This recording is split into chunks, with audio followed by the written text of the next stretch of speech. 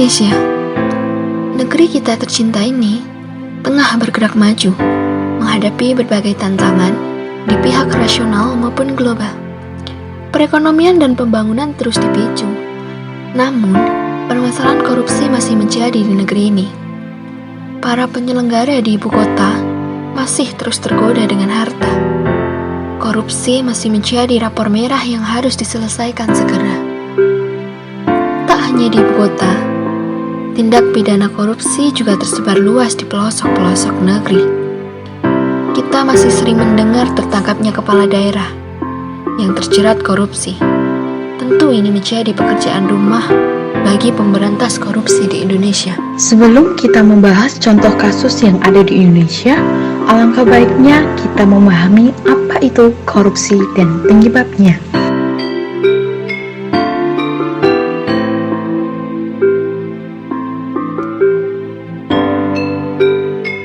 Kami akan mengambil kasus Mensos Januari Batubara yang telah korupsi dana bansos COVID-19.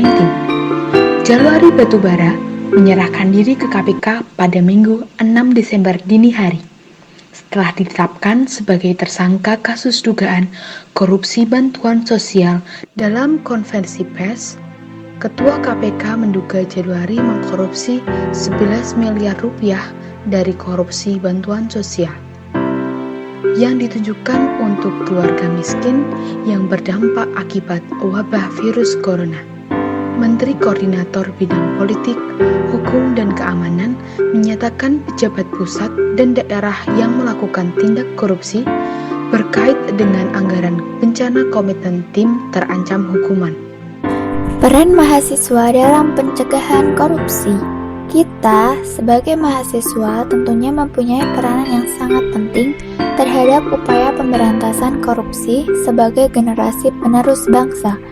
Mahasiswa diharapkan memiliki kemampuan interpersonal yang lebih tinggi, sehingga memiliki moral, rasa peduli, dan rasa bertanggung jawab untuk turut memajukan negara.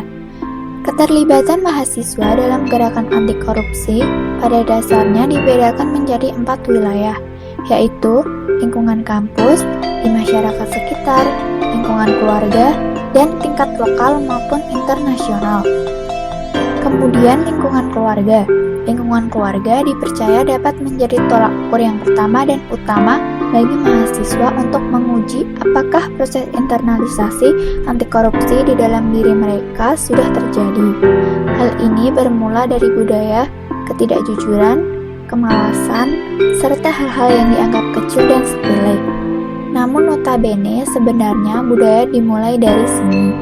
Yang kedua, yaitu lingkungan masyarakat, terkait dengan status mahasiswa sebagai seorang warga negara yang mempunyai hak dan kewajiban yang sama dengan masyarakat lainnya.